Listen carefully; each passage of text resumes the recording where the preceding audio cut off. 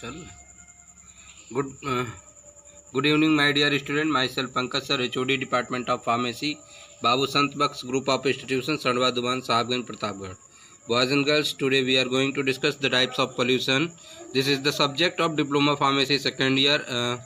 ये बच्चों आपके डिप्लोमा फार्मेसी सेकेंड ईयर में एक सब्जेक्ट है आपका इन्वायरमेंटल एंड डिज़ास्टर मैनेजमेंट. इसके अंतर्गत आपका पोल्यूशन पूछा जाता है. डिफरेंट टाइप के पोल्यूशन आपके पूछे जाते हैं. तो आज हम लोग जो डिस्कस करेंगे वो पोल्यूशन के बारे में डिस्कस करेंगे कि आपका पोल्यूशन होता क्या और कितने टाइप्स के आपके पोल्यूशन होते हैं.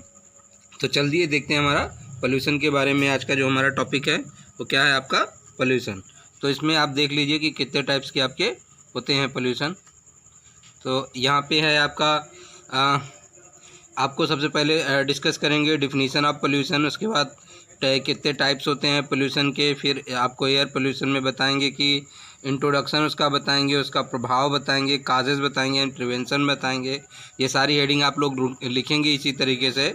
फिर काजेज़ बताएंगे कि कौन कौन से काजेज़ होंगे, फिर उनका प्रिवेंशन किस प्रकार से उनका बचाव किया जा सकता है. इसी प्रकार से आपको वाटर पोल्यूशन बताएंगे कि वाटर पोल्यूशन किस प्रकार से होता है और किस प्रकार से उनका बचाव किया जा सकता है. और इसी प्रकार आपका introduction, causes, effects and prevention बताएंगे. उसके बाद आपको बताएंगे नॉइज़ पोल्यूशन. नॉइज़ पोल्यूशन में इंट्रोडक्शन, उसका बताएंगे आपको इफ़ेक्ट्स नॉइज़ पोल्यूशन के क्या होते हैं और कौन कौन से कारण हैं नॉइज़ पोल्यूशन के और कौन कौन से उनका प्रिवेंशन है. तो ये सब हम नॉइज़ पोल्यूशन के अंतर्गत देखेंगे. इसके अलावा और जो हम देखेंगे वो क्या देखेंगे, लैंड पोल्यूशन, किस प्रकार से ज़मीन का प्रदूषण हो सकता है, उसका introduction, cause, effects and prevention देखेंगे. उसके बाद रेडियो एक्टिव पोल्यूशन के बारे में देखेंगे. फिर वही हेडिंग्स रहेंगी, इसका introduction, causes and effects and prevention के बारे में इसमें देखेंगे. नेक्स्ट हम क्या देखेंगे, अब आपका पूछा जाता है कि आपका पोल्यूशन होता क्या है. तो आप पहले ये समझिए पोल्यूशन क्या होता है. When a harmful substance contaminate in the environment is called the pollution. यानी जब वातावरण में आपके जो कॉन्टामिनेशन हो जाए, क्या हो जाए, आपका कॉन्टामिनेशन हो जाए. किस चीज़ का कॉन्टामिनेशन हो जाए, हार्मफुल, मतलब नुकसानदायक चीज़ों की क्या हो जाए, मिलावट हो जाए आपके वातावरण में, तो वही आपका पोल्यूशन कहलाता है.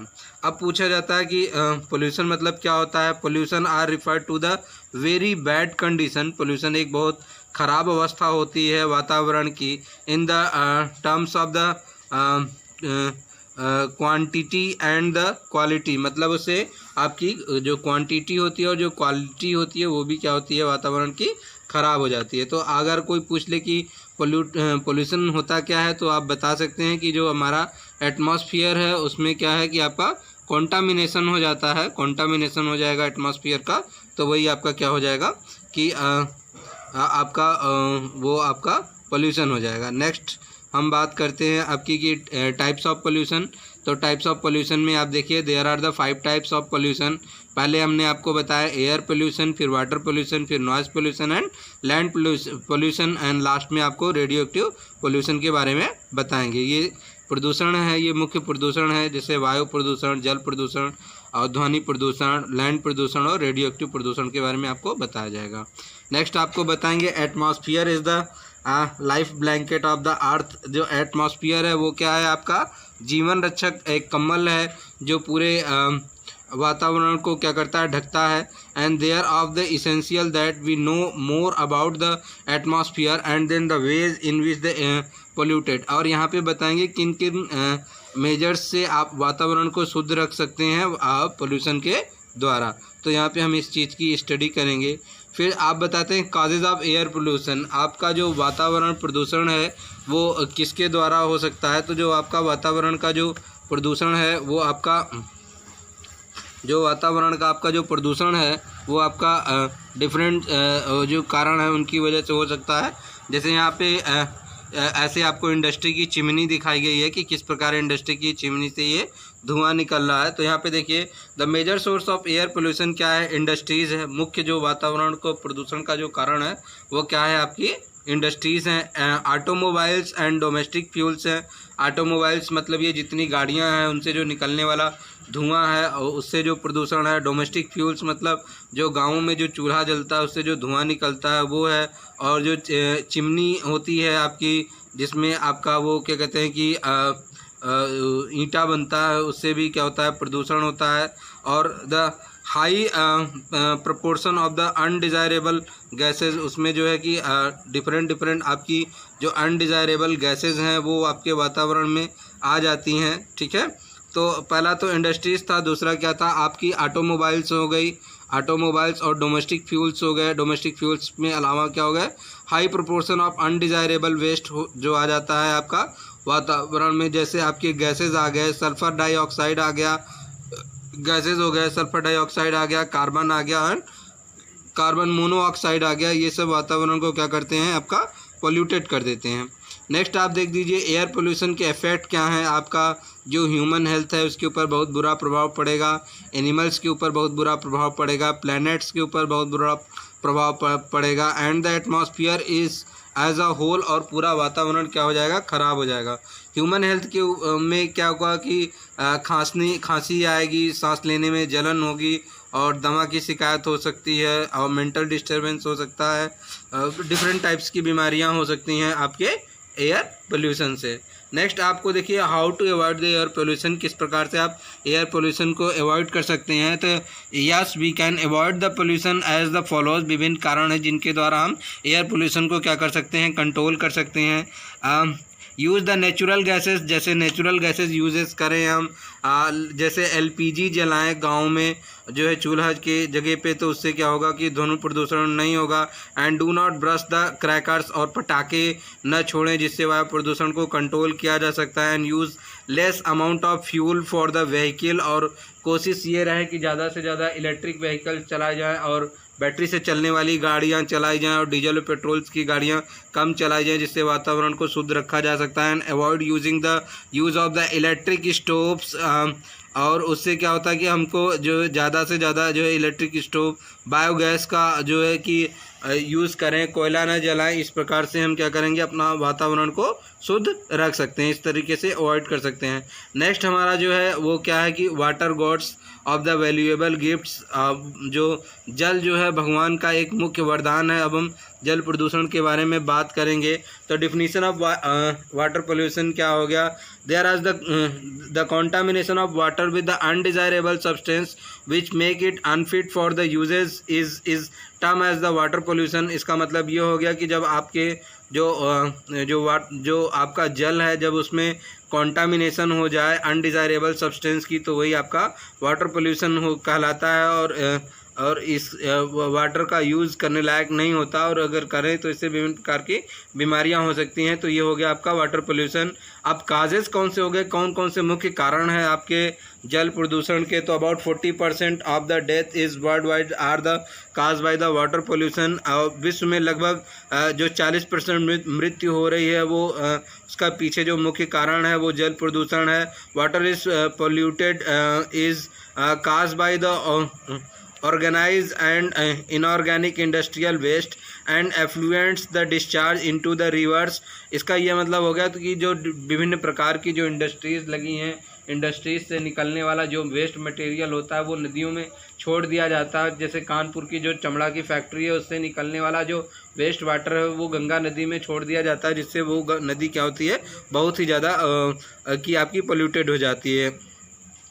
And the noise is also cause the anxiety, stress and the reaction and fright। और जो नॉइज़ यानी जो ध्वनि होती है वो भी क्या होती है, उत्तेजना करती है, दबाव बढ़ाती है, रिएक्शन। एंड जो फ्राइट उससे होता है, फ्राइटनेस, डर महसूस होता है। और क्या है आपका जो water pollution in the picture आप देख लीजिए किस प्रकार से ये ड्रेनेज के वाटर जो हैं आपके नदियों में मिल रहे हैं और आपकी नदियों के जल को क्या कर रहे हैं, पोल्यूटेड कर रहे हैं। और इस प्रकार से आप ये देखिए effects of the water pollution के कौन कौन से इफ़ेक्ट हो सकते हैं। तो डिजीज़ लाइक कालरा आप लोगों ने सुना होगा, जिसे आप हैजा के नाम से भी जानते हैं।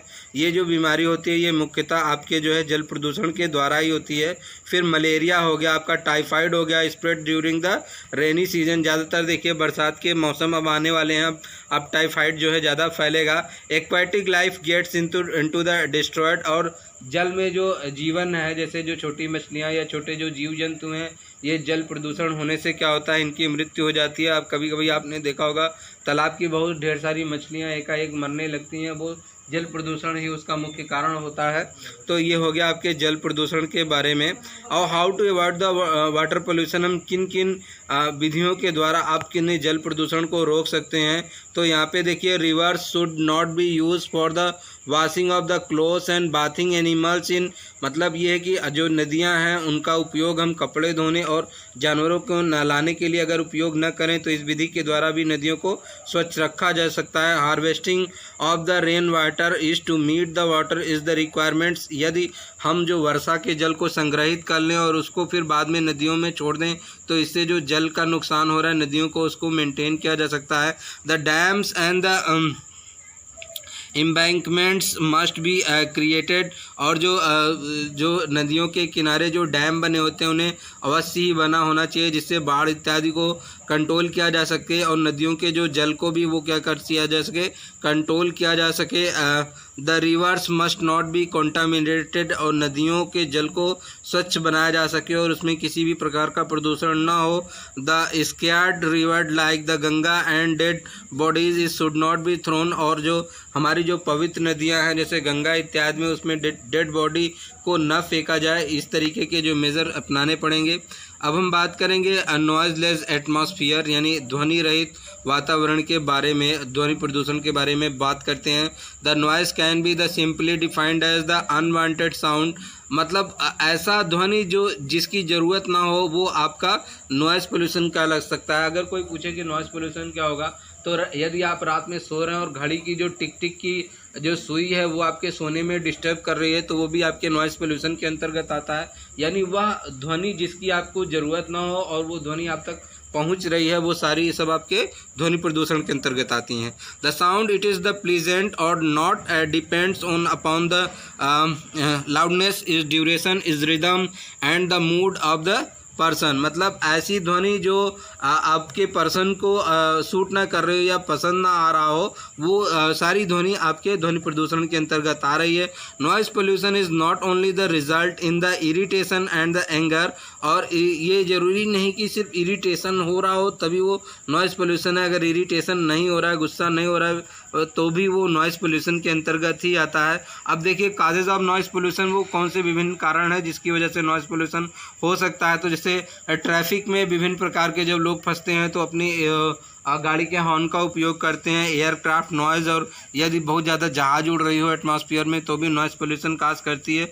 Noise from the construction and the civil engineering works, वहाँ जहाँ पे बिल्डिंगें और घर बहुत ज़्यादा बन रहे होते हैं वहाँ पे भी नॉइज़ पोल्यूशन होता है। नॉइज़ फ्रॉम द इंडस्ट्रीज़ जहाँ पे होती हैं वहाँ मशीनें चलती हैं और इत्यादि इत्यादि के विभिन्न प्रकार के नॉइज़ वहाँ पे फैलते रहते हैं। Noise from the other sources, विभिन्न सोर्सों के द्वारा जो है नॉइज़ पोल्यूशन होता रहता है।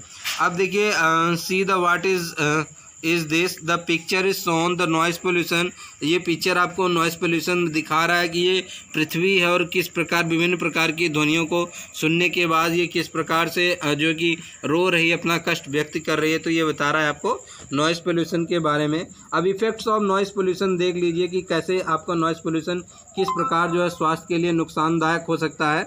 तो नॉइज़ पोल्यूशन आपका देखिए किस प्रकार नुकसानदायक हो सकता है। तो यहाँ पे आप देखिए, हियरिंग लॉस, आपको सुनाई कम दे, हाई ब्लड प्रेशर बढ़ सकता है, स्ट्रेस यानी दबाव बढ़ सकता है, स्लीप डिस्टर्बेंस, नींद आने में डिस्टर्बेंस हो सकती है, और कलर ब्लाइंडनेस यानी कि आपका जो है कि वर्णांधता हो सकती है, आप हरा और लाल इत्यादि रंगों में पहचान करने में आपको डिस्टर्बेंस हो सकती है। आप देखिए, how to avoid the noise pollution, noise pollution किन किन विभिन्न विधियों के द्वारा कंट्रोल किया जा सकता है। The government should ensure that the new machines that should be noise proof, यानी गवर्नमेंट अब ये क्या कर रही है कि आपको रिकमेंड कर रही है कि आप ऐसी मशीनें लगाएं जिससे कम से कम आवाज़ होता है। तो अभी आप देखे होंगे डिफरेंट टाइप के जो न्यू जनरेशन के जनरेटर आ रहे हैं उसमें कम से कम ध्वनि प्रदूषण हो रहा है। The airports must be away from the residential area, जो आपका जो एयरपोर्ट हो वो आपके रेजिडेंशियल एरिया यानी रहने वाली कॉलोनियों से पर्याप्त मात्रा में दूरी हो ताकि वहाँ से ध्वनि प्रदूषण ना हो। The sound horn symbol is not to be in the school roads, और ऐसा होना चाहिए कि जहाँ पे स्कूल हो नज़दीक पे वहाँ पे बोर्ड लगे हों और वहाँ पे प्रॉपर फाइन की व्यवस्था हो अगर अनवांटेड रूप से वहाँ पे भी ध्वनि प्रदूषण अब देखिए prevention of noise pollution, noise pollution को किस प्रकार से प्रिवेंट किया जा सकता है। प्लीजेंट होम, उससे क्या होगा कि घर में खुशी का वातावरण रहेगा। भगवान बाबा सेज साइलेंट इज गॉड, और भगवान भी बोलते हैं कि जो गॉड होता है वो साइलेंस में है। We need the talk sweetly to the others, और हमें दूसरों के साथ प्रेम पूर्वक वार्तालाप करनी चाहिए। The talk less work more, और बात कम और काम ज़्यादा करना चाहिए। The sound affects our ears, so the loud noise should be avoided, और जो हमारा जो आवाज़ होती है वो हमारे कान को प्रभावित करती है, इसलिए हमें जो ज़्यादा आवाज़ से क्या होना चाहिए, दूर रहना चाहिए। Definition of the land pollution, अब हम बात करते हैं जो आपका मृदा प्रदूषण है, जो आपकी ज़मीन का प्रदूषण है, उसे लैंड पोल्यूशन कहते हैं। One of the fourth area is covered by the land is the called is land, और जो आपकी पृथ्वी है जो उसका 1/4 भाग है वो क्या है कि ज़मीन से घिरा हुआ है, और 1/3 पार्ट जो है वो वाटर से घिरा हुआ है। तो जो 1/3 पार्ट आप जो 1/4 पार्ट जो आपका जहाँ पे वाटर नहीं है उसे ही हम अर्थ के नाम से जानते हैं, लैंड के नाम से जानते हैं। The land is a earth which is the occupied by the people for the shelter and occupation, यानी ज़मीन का पृथ्वी का वो हिस्सा जिस पे कि लोग रहते हैं और अपना ऑक्यूपेशन यानी अपना व्यापार करते हैं और शरण ग्रहण किए हुए हैं, उस अर्थ के उस भाग को हम लैंड कहते हैं जहाँ पे लोगों का निवास होता है। काजेज ऑफ लैंड पोल्यूशन के विभिन्न कारण हैं। We can classify the major sources that lead to the land pollution. इसमें है माइनिंग एंड क्वायरिंग, इसमें जो ज़मीन को खोदना, सीवेज वेस्ट को ज़मीन के नीचे बहाना, हाउस होल्ड गार्बेज, हाउस में जो आपके निकल रहे वेस्ट मटेरियल उनको भी ज़मीन में गाड़ना, और इंडस्ट्रियल वेस्ट को ज़मीन में डालना, ये सब आपके अर्थ पोल्यूशन के मेन जो कारण हैं। और आपका ये लैंड पोल्यूशन आपको दिख रहा होगा, यहाँ पे ढेर सारे प्लास्टिक एंड टायर्स पड़े हैं, यहाँ पे केमिकल्स पड़ा हुआ है, यहाँ पे आपके ट्रेसेस पड़े हैं, यहाँ पे आपके जो डिफरेंट टाइप के फर्टिलाइज़र हैं उसका जो उपयोग किया गया है, जिसकी वजह से मृदा प्रदूषण हो रहा है। इफेक्ट ऑफ लैंड पोल्यूशन देख लीजिए। The land is can not be constructed house, और मैन कैन बी फार्मिंग, और जो किसान हैं उनकी जो फसल को ये प्रभावित करता है। Ground water will gets affected, और ज़मीन के नीचे का जो वाटर है वो भी क्या होता है, अफेक्टेड होता है। The house hold the garbage like the putting and the plastic, और जो पुटिंग होती है और जो प्लास्टिक्स होती है वो भी क्या करती है, आपके उसको प्रभावित करती है। Prevention of the land pollution, किन किन विधियों के द्वारा लैंड पोल्यूशन को जो है कंट्रोल किया जा सकता है।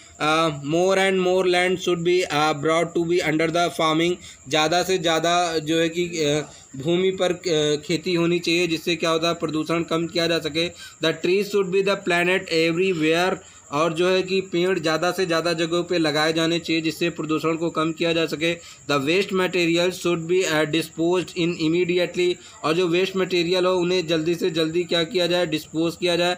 Avoid drilling to the land for the more underground the water, और ज़्यादा से ज़्यादा जो ज़मीन के अंदर जो छेद करके जो पानी निकालते हैं उसको भी क्या हो, कम किया जाना चाहिए। Avoid using the more fertilizer and the pesticide, और कोशिश होनी चाहिए कि जो ये रासायनिक जो खाद हैं इनका प्रयोग कम से कम करना चाहिए, जिससे ज़मीन का नुकसान क्या हो, कम हो। तो ये विभिन्न कारण थे जिनके द्वारा कि आपके मृदा के प्रदूषण को कम किया जा सकता है। जो अब हम लास्ट पोल्यूशन की बात करते हैं वो हमारा रेडियो एक्टिव पोल्यूशन है।